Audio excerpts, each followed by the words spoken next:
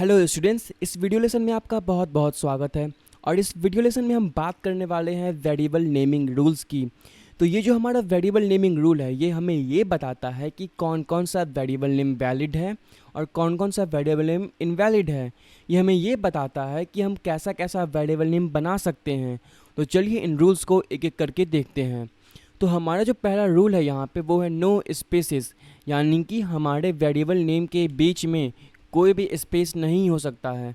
मैं आपको एक एग्जांपल देता हूँ। तो मैं यहाँ पे बना लूँगा एक फर्स्ट नेम नाम का वेरिएबल। तो ये हमारा एक वैलिड वेरिएबल नेम हो गया क्योंकि इसके बीच में कोई भी स्पेस नहीं है।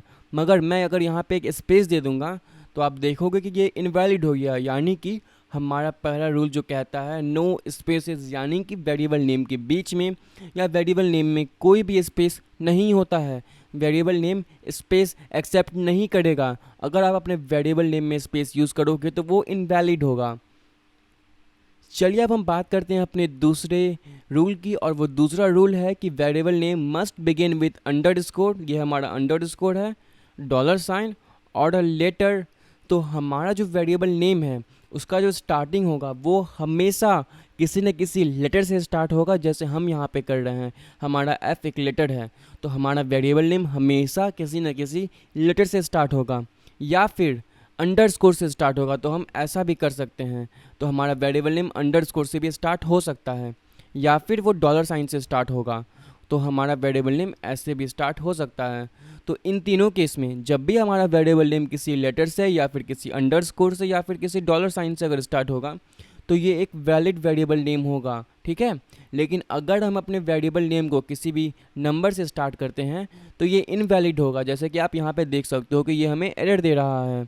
या फिर अगर हम अपना वेरिएबल नेम किसी दूसरे सिंबल से स्टार्ट करते हैं, जैसे कि @ ऑफ से, तो ये भी इनवैलिड होगा।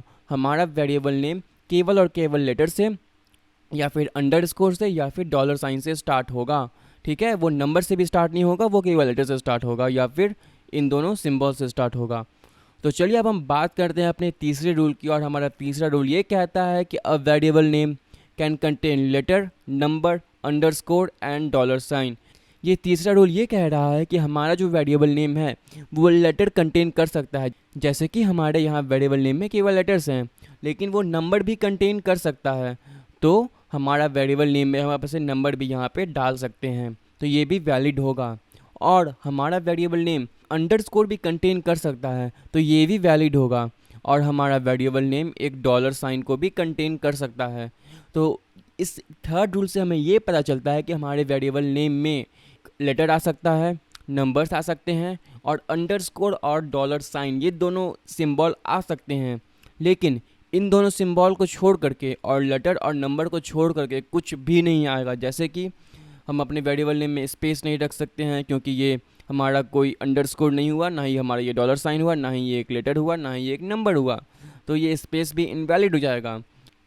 हम अगर @ का भी सिंबल यूज़ करेंगे तो वो भी इनवैलिड होगा, क्योंकि वो भी हमारा लेटर नहीं है, ना ही नंबर है, ना ही डॉलर है, ना ही अंडरस्कोर है। तो ये भी इनवैलिड हो जाएगा। सो इन कंक्लूजन हमारा जो वेरिएबल नेम है वो केवल लेटर कंटेन करेगा, वो केवल नंबर कंटेन करेगा, और स्पेशल सिंबल में केवल दो ही चीज़ वो कंटेन कर सकता है, या तो वो अंडरस्कोर करेगा कंटेन, या फिर वो डॉलर साइन कंटेन करेगा। तो चलिए अब हम बात करते हैं अपने फोर्थ रूल की। हमारा फोर्थ रूल ये कहता है कि जो वेरिएबल नेम होगा वो केस सेंसिटिव होगा। सो अगर हमने यहाँ पे ये कैपिटल नेम अगर डाला है, ठीक है, तो जब भी अगर हम इसे यूज़ कर रहे हैं, जब भी हम इसे प्रिंट कर रहे हैं, तो वो कैपिटल एन ही होना चाहिए। अगर हमने यहाँ पे कैपिटल एन यूज़ किया है तो यहाँ पे कैपिटल एन होना चाहिए। अगर हम यहाँ पे स्मॉल एन यूज़ करते हैं तो वो हमें एरर देगा। चलिए मैं आपको इसे एक बार प्रैक्टिकल इसका करके दिखाता हूँ। तो मैं यहाँ पे एक नया वेरिएबल बना लेता हूँ, माई फर्स्ट नेम, ठीक है, और इसके अंदर मैं यहाँ पे अपना नाम डाल देता हूँ। और उसके बाद नेक्स्ट लाइन में मैं इसे प्रिंट करके देखूँगा। तो मैं यहाँ पे प्रिंट कर रहा हूँ माई फर्स्ट नेम यहाँ पे, ठीक है, और मैंने इसे सेव कर दिया, और अब मैं इसे यहाँ पे रिफ्रेश कर रहा हूँ। तो आप देखोगे कि मेरा यहाँ पे नाम फर्स्ट नेम प्रिंट हो रहा है जो मैंने यहाँ पे डाला था।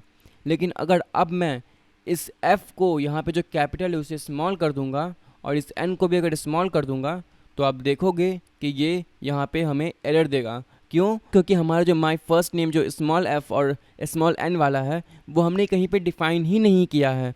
यानी कि ये जो माई फर्स्ट नेम है वो इससे डिफरेंट है। अगर हमने कहीं पे कैपिटल यूज़ किया है तो हमें उसको जब रीड करना होगा, उसे जब कॉल कर रहे हैं तो हमें वहाँ पर कैपिटल ही यूज़ करना होगा। यानी इन कंक्लूज़न हमारा जो वेरिएबल नेम होता है वो केस सेंसिटिव होता है। और ये था हमारा चौथा रूल। चलिए मैं इसे पहले ठीक कर देता हूँ। तो मैंने इसे फर्स्ट नेम ऐसे कर दिया, यहाँ मैंने कैपिटल डाल दिया। अब मैं इसे सेव करूँगा और अब मैं इसे यहाँ रिफ्रेश करूँगा और आप देखोगे कि वो एरर यहाँ से चला गया है। तो ये था हमारा आज का टॉपिक। और इससे पहले कि मैं इस लेसन को ख़त्म करूँ, मैं आपको एक और चीज़ बताना चाहता हूँ कि जब भी आपको एक वेरिएबल नेम बना रहे हो तो आप कोशिश करो कि आपका जो भी वेरिएबल नेम है वो मीनिंगफुल हो। ठीक है, आप ये XYZ वाला वेरिएबल नेम नहीं बनाओ या फिर ABCD वाला वेरिएबल नेम नहीं बनाओ। आप ऐसा वेरिएबल नेम बनाओ जिसको पढ़ने के बाद, जिस नेम को पढ़ने के बाद हमें पता चल जाए कि वो क्या है। आप एक्स और ए को पढ़ोगे तो आपको समझ भी नहीं आएगा कि आखिर वो क्या है, लेकिन अगर आप माई फर्स्ट नेम को पढ़ोगे तो आपको बिल्कुल समझ में आ जाएगा। इसीलिए जब भी वेरिएबल नेम बनाओ तो ABCD XYZ वाला नहीं बनाओ, कोई मीनिंगफुल वेरिएबल नेम बनाओ। ओके, तो ये था एक छोटा सा टिप। और इसी के साथ मैं इस सारे के सारे कोड को कमेंट कर दूंगा जिससे कि ये यहाँ पे थोड़ा क्लियर हो जाए। ठीक है, तो ये हमारा क्लियर हो जाएगा क्योंकि हमने कमेंट कर दिया है। तो ये जो कोड है इसको अब जावास्क्रिप्ट रीड ही नहीं करेगा, इसे इग्नोर कर देगा। तो मैं इसे एक बार रिफ्रेश करता हूँ और अब देखोगे कि ये यहाँ से सारा चला गया। तो ये था हमारा आज का टॉपिक। आई होप कि आपको ये सारे रूल्स समझ में आ गए होंगे और आई होप कि आपको मज़ा भी बहुत आया होगा। तो हम मिलते हैं अब अपने अगले लेसन में, तब तक के लिए गुड बाय।